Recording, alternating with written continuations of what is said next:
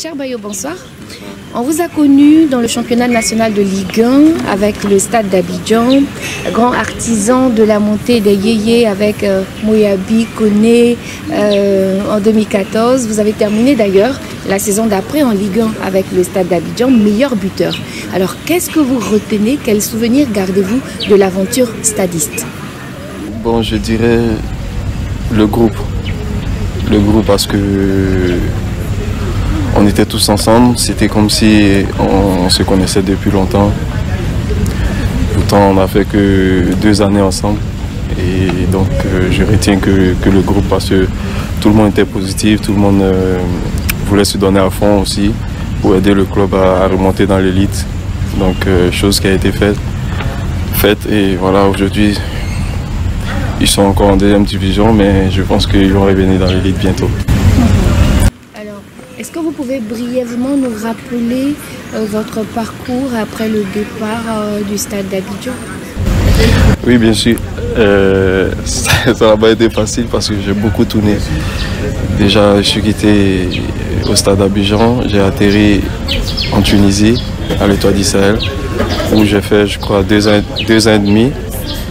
Et après, je suis allé en Slovaquie, au FC DAC, où j'ai fait, je dirais, une saison, pas une saison pleine, j'ai fait 10 mois et voilà, il y a eu l'offre de Celtic où je suis allé, là aussi j'ai fait 1 année et demie, après j'ai été prêté à Toulouse. Voilà, les choses se sont bien passées à Toulouse, après voilà, suivi d'un transfert à Genk en Belgique, et après encore prêté à Charleroi, où j'ai fait aussi une saison pleine, voilà, qui m'a réussi et aujourd'hui je suis très content. Je suis maintenant un joueur de Charleroi et j'espère rester. On l'espère pour vous. Avant de parler de votre actualité en club avec le club de Charleroi Sporting, avant votre départ du Stade d'Abidjan, la SEC avait sollicité vos services puisque vous aviez fini meilleur buteur. Alors racontez-nous un peu ce qui s'est passé pour opter pour le Maghreb. Vous êtes parti à l'Étoile du Sahel, n'est-ce pas? Oui, c'est ça, effectivement. Oui, il y avait l'intérêt de la SEC dans le temps, je me rappelle encore. Mais j'avais à cœur de partir du stade, pas pour rejoindre la SEC, mais un autre club en dehors de la Côte d'Ivoire. Parce que voilà, j'avais promis ça à mon père, qui est décédé en 2014. Donc je lui avais promis ça, voilà, de ne pas jouer dans un autre club à part le Stade d'Abidjan, parce que c'était son club de cœur. Donc voilà, c'est pourquoi j'ai décidé d'aller hors du pays. C'est une belle histoire donc que vous avez avec le Stade d'Abidjan.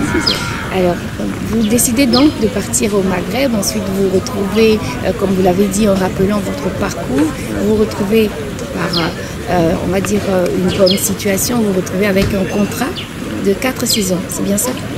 Jusqu'en 2026 avec le club du Royal Charleroi. Charleroi, oui, un contrat de 4 ans. Un contrat de 4 ans. Qui sera effectif seulement à partir de 2022-2023? Oui, qui va commencer bientôt pour la saison, bon, fin juin en fait. Et comment vous préparez ce nouveau challenge?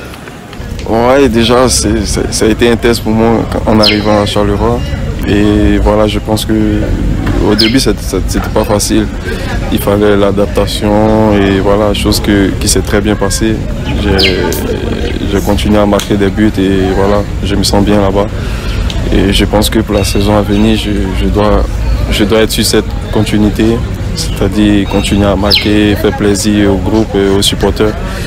Et voilà, pourquoi pas aller titiller aussi les meilleurs buteurs comme objectif. Donc voilà, c'est un peu ça. C'est vrai qu'aujourd'hui, vous parlez avec beaucoup de sourire de ce contrat à Charleroi. On sent bien que vous avez un nouveau challenge et vous êtes motivé par ce challenge. Mais on a envie de comprendre quand même qu'est-ce qui s'est passé avec le Celtic Glasgow. Qu'est-ce qui s'est passé avec ce géant écossais pour que ça cale un peu, ça coince un peu avec Bayo? Je dirais déjà, le temps.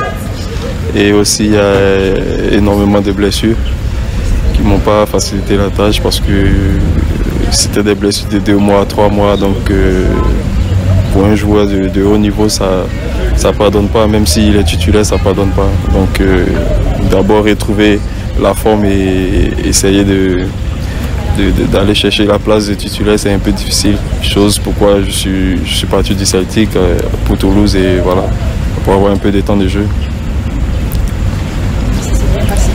Et c'était bien passé, voilà. Mais je voulais plus retourner à Celtic parce que j'avais des mauvais souvenirs. D'accord. Ouais. D'accord. Alors, cher Bayo, vous avez pratiqué le championnat local. Vous avez peut-être toujours une histoire avec ce championnat local. Vous êtes resté en contact avec des amis, des frères, des coéquipiers. Ouais. Il y en a d'autres encore. Alors, comment vous jugez le niveau de ce championnat local?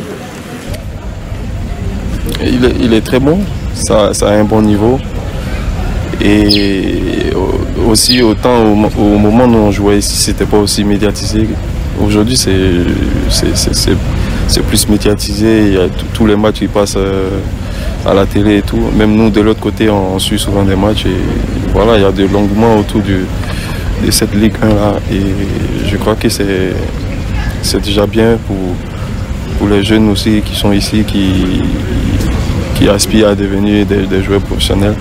C'est déjà une belle vue pour eux. Et voilà, la Ligue 1, je dirais que c'est un très bon niveau. Il y a des joueurs talentueux.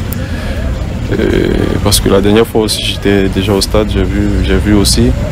Mais je suis parti seulement pour le match du stade Abidjan. Parce que c'est mon club de cœur, voilà. Et j'ai vu des talents, il y a des joueurs formidables qui sont là. Et je pense que voilà, c'est un très bon niveau. De loin, puisque ce stade, vous avez une histoire avec le stade d'Abidjan, comment vous avez vécu, hein, parce qu'après vous, le stade est retourné en Ligue 2 et le stade est en ce moment en train de batailler pour revenir en Ligue 1. Oui, autant quand ils sont descendus, je crois que j'étais encore en Tunisie. Ça m'a fait énormément mal parce qu'on avait bataillé pour faire remonter le stade en Ligue 1 et les voir descendre, ça m'a fait terriblement mal. Mais après, ce que je vois maintenant, je pense qu'ils sont sur la bonne voie pour la Ligue 1. Donc on espère qu'ils y seront bientôt. Pour en revenir à votre club Charleroi, avec lequel vous allez évoluer la saison à venir, quel objectif personnel vous vous donnez? Quelle ambition nourrissez-vous avec ce club de Charleroi? Il y a un journaliste qui m'avait posé cette question quand je suis arrivé déjà à Charleroi. Mais je lui avais dit que j'allais garder les objectifs pour mon seul. Et à la fin, il a dit que voilà, c'était ça mon objectif état. En début du mois de janvier, quand j'ai signé à Charleroi, j'avais dit comme ça que ça c'était mon objectif personnel. Il fallait que je termine avec 10 buts. Mais quand ils m'ont posé la question, je leur ai dit non, c'est personnel. Mais à la fin, je vous dirai quel nombre de buts j'avais voulu marquer. Et donc voilà, encore aujourd'hui la question sort, mais là je ne vais pas dire un nombre, un chiffre, mais c'est d'aller titiller aussi les meilleurs buteurs du championnat belge, pourquoi pas. Parce que voilà, je veux aussi un titre personnel, donc aller les titiller et aussi un objectif collectif avec le groupe, c'est-à-dire être dans le playoff 1, pourquoi pas être européen aussi. Pourquoi pas? On vous souhaite. Merci. Alors, cher Bayo, on va parler quand même de la sélection. Vous avez été avec la sélection olympique, vous avez aussi été avec les seniors et vous avez un peu disparu du paysage. Alors, à quand le retour de Bayo avec la sélection? Je ne sais pas quoi vous dire, mais je crois que c'est dû au fait aussi que j'ai été beaucoup prêté, j'étais pas un peu stable, donc ce qui m'a coûté aussi la place en sélection, voilà. Et je dirais aussi parce que même quand j'étais en sélection, j'ai pas eu véritablement une chance pour montrer de quoi je suis capable. Donc je pense que c'est ça aussi qui m'a coûté tout ce long moment-là Je pense qu'avec le travail, on arrive toujours. Donc j'ai toujours la foi et je travaille toujours et je pense que ça va venir. Est-ce que ce que vous ne nous dites pas peut-être, c'est que pour vous, cette nouvelle aventure avec Charleroi en Belgique est une façon de batailler dur pour revenir à votre meilleur niveau et pourquoi pas retrouver la sélection? Oui, c'est ça. Effectivement, déjà la Belgique c'est une belle vitrine et tout. Les championnats, il est suivi, c'est un bon championnat. Et voilà, c'est pas la Ligue 2 comme j'étais à Toulouse, voilà, je mettais des buts. Là c'est la Ligue 1, donc je pense que c'est suivi et là il n'y a pas d'excuse. Je pense que si tu mets des buts, et voilà, le rôle d'un attaquant c'est mettre des buts. Donc je pense que si je fais le taf, forcément je vais revenir en sélection, donc je travaille en conséquence, donc voilà. J'aimerais dire à ceux qui nous suivent, qui nous soutiennent de près ou de loin, que voilà, qui aspirent aussi à faire une carrière professionnelle, que voilà, le football c'est difficile, c'est pas seulement voilà ce qu'ils voient derrière les réseaux, c'est-à-dire voitures ou je sais pas quoi, les maisons, mais en vrai c'est difficile, donc il faut rien lâcher, il faut travailler dur, ça demande aussi des sacrifices, voilà, et être sérieux et aimer déjà même la chose avant tout ce que je viens de citer. Donc avec ça, je pense que tu peux progresser et aller loin. Donc c'est de ne rien lâcher, même quand ça va pas, de continuer. Ok, ce message c'est pour Café Foot 225. J'aimerais vous remercier pour tout, pour votre soutien de près ou de loin. Et remercier aussi cette belle demoiselle derrière la caméra pour m'avoir interviewé.